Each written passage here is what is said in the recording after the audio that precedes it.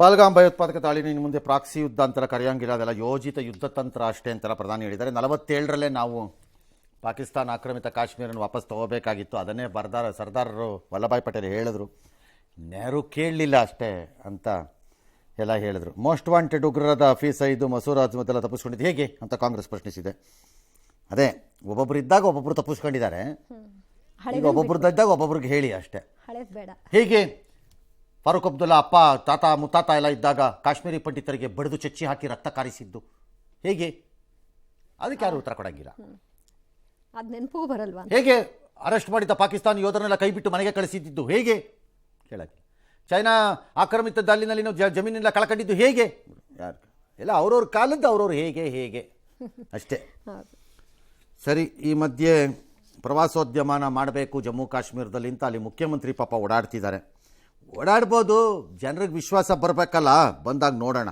ಇನ್ನು ಆ ಶಹಬಾಜ್ ಶರೀಫ್ ಜೋಕರ್ರು, ಪಾಕಿಸ್ತಾನದ ಜೋಕರ್ ಇದ್ದಾರಲ್ಲ, ಅವನೆಂಥ ಜೋಕರ್ ಅಂದ್ರೆ ಅವನು ಮಿಲಿಟರಿ ಇದು ಇಬ್ಬರು ಚೀಫ್ಗಳು ಚೈನಾದ 2019ರಲ್ಲಿ ನಡೆಸಿದ್ದು ಯಾವುದೋ ಒಂದು ಸೈನಿಕ ಕಾರ್ಯಾಚರಣೆಯಲ್ಲಿ ಮಿಸೈಲ್ಗಳಿಂಗೆ ಆರ್ತಾ ಇರೋ ಫೋಟೋ ತಗೊಂಬಂದು ಅದಕ್ಕೆ ಕಟ್ಟಾಕಿಸ್ಬಿಟ್ಟು ಇಂಡಿಯಾಗೆ ಹೆಂಗೆ ಹೊಡೆದ್ವಿ ನೋಡಿ ಅಂತ ಒಬ್ರಿಗೊಬ್ರಿಗೆ ಫೋಟೋ ಪ್ರೆಸೆಂಟ್ ಮಾಡ್ಕತ್ತಾವ್ರಂತೆ. ಅಯ್ಯೋ, ಯಾವ ಲೆವೆಲ್ ಅಂದರೆ ನಮ್ಮ ಒವೈಸಿ ಪವೈಸಿ ಇದಾರಲ್ಲ ಸಾಹೇಬ, ಈ ಸಾಹೇಬ ಅದನ್ನ ಬೇವಕೂಫ್ ಜೋಕರ್ಗಳು ಅಂತ ಬೈಯೋ ಲೆವೆಲ್ಗೆ ಬಂದಿದೆ ಅಂದರೆ ಪಾಕಿಸ್ತಾನ ಇನ್ನೆಂಥ ಡಬಲ್ ಜೋಕರ್ ಆಗಿರ್ಬೇಕಲ್ಲ ಕಾಕಳಿ.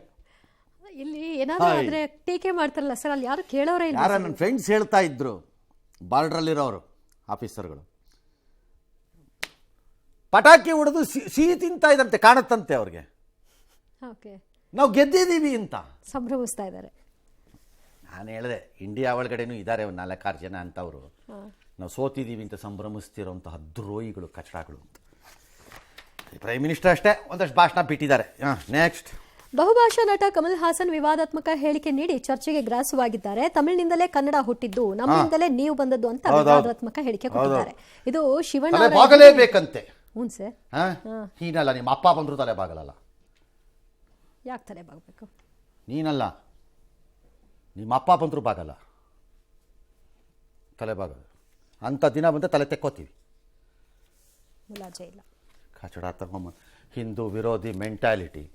ಚುನಾವಣೆಯಲ್ಲಿ 1 ಸೀಟ್ ಗೆಲ್ಲಕ್ಕಾಗಲಿಲ್ಲ, ಸುಮ್ಮನೆ ಬುರ್ಡೆ ಬಿಟ್ಕೊಂಡು ತಮಿಳ್ನಾಡಲ್ಲೆಲ್ಲ ಓಡಾಡಿದ್ದಾಯಿತು. ತಮಿಳ್ನಾಡು ಜನನೇ ಡೋಂಟ್ ಕೇರ್ ಅಂದಾಯಿತು. ನಿಮಗೆ ಏನು ಬಂದು ಕನ್ನಡದ ಬಗ್ಗೆ ಮಾತಾಡೋದು? ಬಾಯಿ ಮುಚ್ಕೊಂಡು ಇದ್ಕೊಂಡು ಹೋಗ್ಬೇಕು, ಇಲ್ದ್ರೆ ಅಲ್ಲಿ ಮಾಡ್ಕೋಬೇಕು. ಈಗ ಯಾರದ್ದು ತಿಪ್ಪೆ ಇದ್ರ ಥರ ಭಿಕ್ಷೆಗೆ ಹೋಗ್ಬಿಟ್ಟು ಈಗ ರಾಜ್ಯಸಭಾಗೆ ಹೋಗ್ತಾರಂತೆ DMK support. Nothing but anti Hindu and leftist ಅಷ್ಟೇ. ಹೀರೋ ಆಗಿ ಫಿಲಮ್ ಬೇರೆ, that's a different issue. Acclaimed artist, good artist, great artist ಎಲ್ಲ ಸರಿ. ಇಂಥದ್ರಲ್ಲೆಲ್ಲ ಹೇಳೋಕ್ಕಾಗಲ್ಲ. ಏನು ತಲೆ ಬಾಗೋದು? ನಿನ್ನ ತಲೆ, ನಿನ್ನಂಥ 1000 ಜನ ನೋಡಿದೆ ಕರ್ನಾಟಕ. ನೀವು ಹುಟ್ಟಕ್ಕೆ ಮೊದಲು ಕರ್ನಾಟಕದ ಗಡಿ ತಮಿಳ್ನಾಡು ಒಳಕ್ಕಿತ್ತು. ಬಗ್ಗೆ ಮಾತಾಡೋದು ಶೋಕಿ ಆಗ್ಬಿಟ್ಟಿದೆ. ಬಾಯಿಗೆ ಬಂದಂಗೆ ಮಾತಾಡ್ದು. ಅದೇ ಬದುಕಕ್ಕೆ ದಾರಿ ನ್ಯೂಸಲ್ಲಿ ಫಿಲಮ್ ಮಾಡ್ಬಿಟ್ಟು ನ್ಯೂಸ್ ಮಾಡಯ್ಯ, ಇದಲ್ಲ ನ್ಯೂಸು. ಕಾವೇರಿಯಿಂದ ಬದುಕಿರೋ ಅಯೋಗ್ಯರೆಲ್ಲ ಮಾತಾಡ್ತಾರೆ ಬಂದು, ಕಾವೇರಿಯಿಂದ ಬದುಕಿರೋದು ನೀವೇ, ಇಲ್ದ್ರೆ ಸಾಯ್ತಾ ಇದ್ರಿ ಅಂತ ನಾವು ಹೇಳ್ಬೇಕಾ? ನಮ್ಮಿಂದ ನೀವು ಅಂತ ಇಂಡಸ್ ವಾಟರ್ ಟ್ರೀಟಿ ಥರನೇ ಕರ್ನಾಟಕನು ಡಿಮ್ಯಾಂಡ್ ಮಾಡಿದ್ರೆ ಏನಾಗುತ್ತೆ?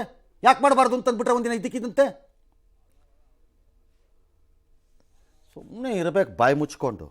ಎಸ್, ದೇಶದಲ್ಲಿ ಮುಂಗಾರು ಅಬ್ಬರ ಶುರುವಾಗಿರೋ ಹೊತ್ತಲ್ಲೇ ಹವಾಮಾನ ಇಲಾಖೆ ಮತ್ತೊಂದು ಸುದ್ದಿಯನ್ನ ಕೊಟ್ಟಿದೆ. ಜೂನ್ ತಿಂಗಳಿನಲ್ಲಿ ವಾಡಿಕೆಗಿಂತ ಅತ್ಯಧಿಕ ಮಳೆ ಆಗುತ್ತೆ ಅಂತ ಹೇಳಿದೆ. ಜೂನ್ನಿಂದ ಸೆಪ್ಟೆಂಬರ್ವರೆಗೆ ಮಳೆಯ ಪ್ರಮಾಣ ಸಾಮಾನ್ಯವಾಗಿರುತ್ತೆ. ಇನ್ನು ರಾಜ್ಯದಲ್ಲಿ ಮುಂಗಾರು ಆರ್ಭಟಕ್ಕೆ ಜನ ತತ್ತರಿಸಿದ್ದು, ಕೊಡಗು ಹಾಗೂ ಹಾವೇರಿಯಲ್ಲಿ 2 ಮೃತಪಟ್ಟಿದ್ದಾರೆ. ಅಥಣಿಯ ನಾಗನೂರು ಗ್ರಾಮದಲ್ಲಿ ಎತ್ತಿನ ಗಾಡಿ ಹಳ್ಳಕ್ಕೆ ಬಿದ್ದು 2 ಮಕ್ಕಳು ಸಾವನ್ನಪ್ಪಿದ್ದಾರೆ. ದಕ್ಷಿಣ ಕನ್ನಡದಲ್ಲಿ ಮಳೆ ಆರ್ಭಟ ಜೋರಾಗಿದೆ. ಮಂಗಳೂರಿನ ಬಜಾಲ್ಲ ಜಲ್ಲಿಗುಡ್ಡಿಯ ಒಂದು ಭಾಗದ ಮಣ್ಣು ಕುಸಿದು 150ಕ್ಕೂ ಹೆಚ್ಚು ಮನೆಗಳಿಗೆ ತೊಂದರೆಯಾಗಿದೆ. ರಾಮಕುಂಜ ಎಂಬಲ್ಲಿ ಬೃಹತ್ ಮರವೊಂದು ನಿಲ್ಲಿಸಿದಂತಹ ಕಾರ್ ಮೇಲೆ ಬಿದ್ದಿದೆ. ಅದೃಷ್ಟವಶಾತ್ ಯಾರಿಗೂ ಏನಾಗಿಲ್ಲ, 3 ಪಾರಾಗಿದ್ದಾರೆ. ನೇತ್ರಾವತಿಯಲ್ಲಿ ನೀರು ಹೆಚ್ಚಾಗಿ ಉಡುಪಿಯಲ್ಲಿ ರೆಡ್ ಅಲರ್ಟ್ ಅನ್ನು ಮುಂದುವರೆಸಿದ್ದಾರೆ. ಚಾರ್ಮಾಡಿ ಘಾಟ್ನಲ್ಲಿ ಕೃತಕ ಜಲಪಾತ ಸೃಷ್ಟಿಯಾಗಿದೆ. ಪ್ರವಾಸಿಗರಂತೂ ಹುಚ್ಚು ಬಿದ್ದಂಗೆ ಹೋಗ್ತಾ ಇದ್ದಾರೆ. ಇನ್ನು ಹಾಸನ ಜಿಲ್ಲೆಯಲ್ಲಿ ಅಲ್ಲಲ್ಲಿ ಮಳೆ ಆಗ್ತಾ ಇದೆ, ಮನೆಗಳು ಕುಸಿತವಾಗ್ತಾ ಇದೆ. ಹೇಮಾವತಿ ಡ್ಯಾಂನ ಒಳಹರಿವು ಕೂಡ ಹೆಚ್ಚಾಗಿದೆ. ಒಂದೇ ದಿನಕ್ಕೆ 8004 ಕ್ಯೂಸೆಕ್ ಒಳಹರಿವು ಹೆಚ್ಚಳವಾಗಿದೆ. ಸಕಲೇಶಪುರದ ಗುಡ್ಡ ಕುಸಿತ ಸ್ಥಳಕ್ಕೆ ವಿಪಕ್ಷ ನಾಯಕ ಅಶೋಕ್ ಭೇಟಿ ಕೊಟ್ಟರು, ಪರಿಶೀಲನೆ ನಡೆಸಿದರು. ಇನ್ನು ಕೊಡಗಿನಲ್ಲಿ ಮಳೆ ನಾನಾ ಅವಾಂತರ ಸೃಷ್ಟಿ ಮಾಡಿದೆ. NDRF ತಂಡ ಮಡಿಕೇರಿ ನಗರಕ್ಕೆ ಭೇಟಿ ಕೊಟ್ಟಿದೆ. ಕೆಆರ್ಎಸ್ಗೆ ಈಗ ಒಂದೇ ದಿನ 3 ಅಡಿ ನೀರು ಬಂದಿದೆ. ಕೇರಳದಲ್ಲೂ ಮಾನ್ಸೂನ್ ಅಬ್ಬರ ಹಾಗೇ ಇದೆ. ಕಣ್ಣೂರು, ವಯನಾಡು ಹಲವೆಡೆಗಳಲ್ಲಿ ರೆಡ್ ಅಲರ್ಟ್. ಸಮುದ್ರ ಎಲ್ಲ ಪ್ರಕ್ಷುಬ್ಧಗೊಂಡಿದೆ. ಡ್ಯಾಶ್ ಎಲ್ಲ ಕಡೆಯಿಂದ ಆಗ್ತಾ ಇದೆ. ಅಲ್ಲೂ ಹಾಗೆ ಆಗಿದೆ ಪರಿಸ್ಥಿತಿ. ಮುಂಬೈನಲ್ಲೂ ಸೇಮ್ ಪರಿಸ್ಥಿತಿ ಇದ್ದಂಗಿದೆ.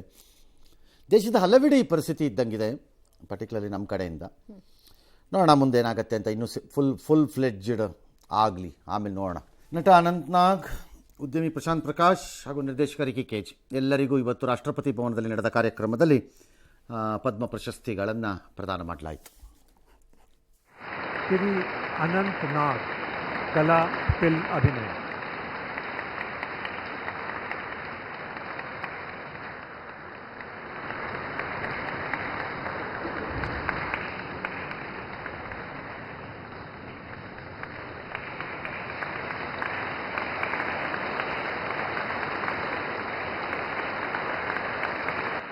ज्ञान के कला गीत. ಇನ್ನು ಸುಹಾಸ್ ಶೆಟ್ಟಿ ಕೊಲೆ ಬೆನ್ನಲ್ಲೇ ದಕ್ಷಿಣ ಕನ್ನಡ ಜಿಲ್ಲೆಯಲ್ಲಿ ಮತ್ತೆ ನೆತ್ತರು ಹರಿದಿದೆ. ಆದರೆ ಇದು ಪ್ರತೀಕಾರದ ಕೊಲೆಯ ಅನ್ನೋದ್ರ ಬಗ್ಗೆ ಸ್ಪಷ್ಟನೆ ಇಲ್ಲ. ಬಂಟ್ವಾಳದ ಕುರಿಯಾಳ ಸಮೀಪದ ಎರಕೋಡಿ ಎಂಬಲ್ಲಿ ಇಬ್ಬರು ಯುವಕರ ಮೇಲೆ ತಲ್ವಾರ್ ದಾಳಿ ನಡೆದಿದೆ. ರಹೀಂ ಸ್ಥಳದಲ್ಲೇ ಸಾವನ್ನಪ್ಪಿದ್ರೆ ಕಲಂದರ್ಗೆ ಗಾಯವಾಗಿದೆ. ಬೈಕ್ನಲ್ಲಿ ಬಂದಂತಹ ಇಬ್ಬರು ಈ ದಾಳಿಯನ್ನು ನಡೆಸಿದ್ದಾರೆ. ಮಂಗಳೂರಿನ ಹೈಲ್ಯಾಂಡ್ ಆಸ್ಪತ್ರೆಯಲ್ಲಿ ಗಾಯಾಳು ಕಲಂದರ್ಗೆ ಚಿಕಿತ್ಸೆ ಕೊಡಲಾಗ್ತಾ ಇದೆ. ಅಪಾರ ಜನ ಸೇರಿದ್ರು, ಅಲ್ಲಿ ಆಕ್ರೋಶವನ್ನು ಹೊರಹಾಕಿದ್ರು. ದ್ವೇಷ ಕಾರಣದ ಭಾಷಣದಿಂದಲೇ ಕೊಲೆ ಆಗ್ತಿದೆ ಅಂತ ಜನ ಕಿಡಿಕಾರಿದ್ರು. ಹೌದು, ಈ ಕಡೆ ಆದಾಗ ಅದು ಹೇಳಿ, ಆ ಕಡೆದಾಗ ಇದು ಹೇಳಿ, ಇದೇ ನಿಮ್ಮ ಕೆಲಸ ಆಯ್ತು. ಇಬ್ಬರೂ ಸೇರಿ ಒಂದು ಕ್ಯಾಲೆಂಡರ್ ಮಾಡ್ಕೊಂಬಿಡಿ. ಏನಂತ ಸರ್? ಈ ಸೋಮವಾರ ನಿನ್ನ ಕಡೆಯಲ್ಲಿ ಒಂದು ಕೊಲೆ, ಭಾನುವಾರ ನನ್ನ ಕಡೆ, ಶುಕ್ರವಾರ ನನ್ನ ಕಡೆಯಿಂದ ಇನ್ನೊಂದು ಕೊಲೆ. ಮುಗೀತು, ಕ್ಯಾಲೆಂಡರ್ ಮಾಡ್ಕೊಂಬಿಡಿ. ಅದೇ ಆಗ್ತಿರೋದು ಸದ್ಯ. ಕ್ಯಾಲೆಂಡರ್ ಒಂದಾಗಿಲ್ಲ.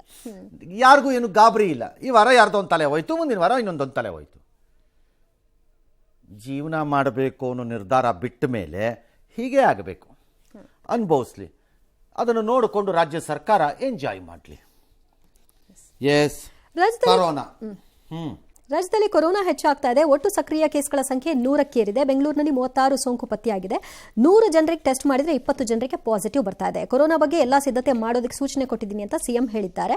ಜೊತೆಗೆ ಎಸಿ ಬಸ್ಗಳು ಹಾಗೂ ಮೆಟ್ರೋದಲ್ಲಿ ಮಾಸ್ಕ್ ಕಡ್ಡಾಯಗೊಳಿಸಿ ಅಂತ ತಜ್ಞರು ಸಲಹೆ ಕೊಟ್ಟಿದ್ರು. ಅದರಂತೆ ಸಚಿವ ರಾಮಲಿಂಗಾರೆಡ್ಡಿ ಅವರು ಸೂಚನೆಯನ್ನು ಕೊಟ್ಟಿದ್ದಾರೆ. ಇನ್ನು ವಿಕ್ಟೋರಿಯಾ ಆಸ್ಪತ್ರೆಯಲ್ಲಿ 50 ಬೆಡ್, ಕೆಸಿ ಜನರಲ್ ಆಸ್ಪತ್ರೆಯಲ್ಲಿ 20 ಬೆಡ್ ವ್ಯವಸ್ಥೆಯನ್ನು ಮಾಡಲಾಗಿದೆ. All right. ಕೊಪ್ಪಳದ ಆಂಜನೇಯನ ದೇವಸ್ಥಾನನ ಮುಜರಾಯಿ ಇಲಾಖೆ ವ್ಯಾಪ್ತಿಗೆ ತಗೊಂಡಿದೆ. ಯಾಕೆ ತಗೋಬೇಕು? ಯಾಕಪ್ಪ ತಗೋಬೇಕು? ನಿಮ್ಗೆ ಸಂಬಂಧವಿಲ್ದಾರ ಆಂಜನೇಯ, ಅವ್ನು ಕ್ಯಾಕರ್ಸ್ ಉಗಿದವ್ರು ನೀವೆಲ್ಲ ಸೇರ್ಕೊಂಡು ಕಾಂಗ್ರೆಸ್ನವರು. ನಿಮ್ಗೆ ಯಾಕಪ್ಪ ಬೇಕು ಆಂಜನೇಯ? ಕಾಸು ಬೇಕಲ್ಲ ಹೊಡಿಕಳಕ್ಕೆ. ಅದೇ ಬೇರೆದಕ್ಕೆ ಸೇಮ್ ರೂಲ್ ತನ್ನಿ ತರಲ್ಲ ಅವರು. ಸರಿ, ಈಗ ಯಾರ ಅರ್ಚಕ ವಿದ್ಯಾದಾಸ್ ಬಾಬಾಗೆ ಪೂಜೆಗೆ ಅವಕಾಶ ಕೊಡಿ ಅಂತ ಸುಪ್ರೀಂ ಕೋರ್ಟ್ ಹೇಳಿದೆ. ಗಂಭೀರವಾಗಿ ಹೇಳ್ತಾ ಇದ್ದೀವಿ, ಕೊಡದೇ ಇದ್ದರೆ ಅದನ್ನು ತೀವ್ರ ಉಲ್ಲಂಘನೆ ಅಂತ ಪರಿಗಣಿಸ್ತೀವಿ ಅಂತ ಬೇರೆ ಎಚ್ಚರಿಕೆ ಕೊಟ್ಟಿದ್ದಾರೆ. ಆಲ್ ರೈಟ್, ನೋಡೋಣ ಅದು ಏನು ಮಾಡ್ತಾರೆ ಅಂತ. ಈ ಮಧ್ಯೆ ಈ ಮೈಸೂರಿನ ರಾಜವಂಶಸ್ಥರದ ಇವ್ರದ್ದು ಪ್ರಮೋದ ಮತ್ತು ಇವ್ರಿಗೆ ಒಡೆಯರ್ ಅವ್ರಿಗೆ 3,000 ಕೋಟಿ TDR ವರ್ಗಾವಣೆ ವಿಚಾರನ ಇವರು ಸಿಕ್ಕಾಪಟ್ಟೆ ಗಲಾಟೆ ಮಾಡಿದ್ದರಿಂದ ಮುಖ್ಯ ನ್ಯಾಯಮೂರ್ತಿ ಗವಾಯಿ ಅವರು ಇರುವಂತಹ 3 ಸದಸ್ಯ ಪೀಠಕ್ಕೆ ಕಳಿಸಿದ್ದಾರೆ ವಿಚಾರಣೆಗೆ. ಸೊ ಇನ್ನು ಅದಲ್ಲಿ 3 ಜನದ್ದು ಹಿಯರಿಂಗ್ ಆಗಿ ವಿಚಾರಣೆ ಆಗಿ ಎಲ್ಲ ಬರಬೇಕು. ಆಲ್ ರೈಟ್, ನೋಡೋಣ.